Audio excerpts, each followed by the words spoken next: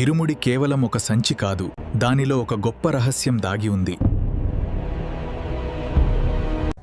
అయ్యప్ప స్వామి యాత్రలో భక్తులు మోసే ఇరుముడి.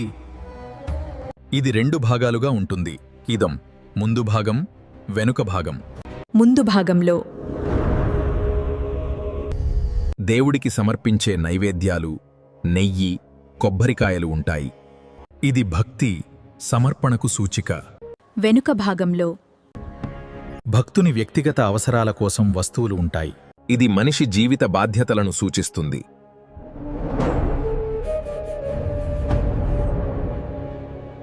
అసలు రహస్యం ఏమిటంటే,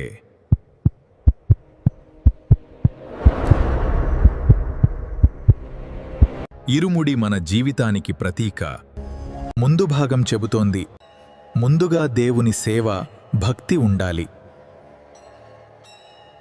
అలాగే మన బాధ్యతలు కూడా మర్చిపోకూడదు.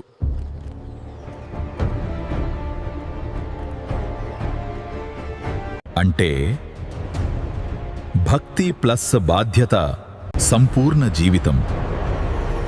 అయ్యప్ప యాత్రలో ఇరుముడి మోసే ప్రతి భక్తుడు స్వామియే శరణం అయ్యప్ప ఈ గొప్ప సత్యాన్ని అనుభవిస్తాడు.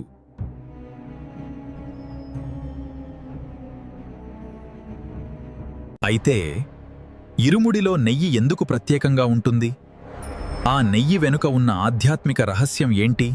నెక్స్ట్ ఎపిసోడ్లో ఆ మర్మం బయటపడుతుంది. ఫాలో చేయడం మర్చిపోవద్దు.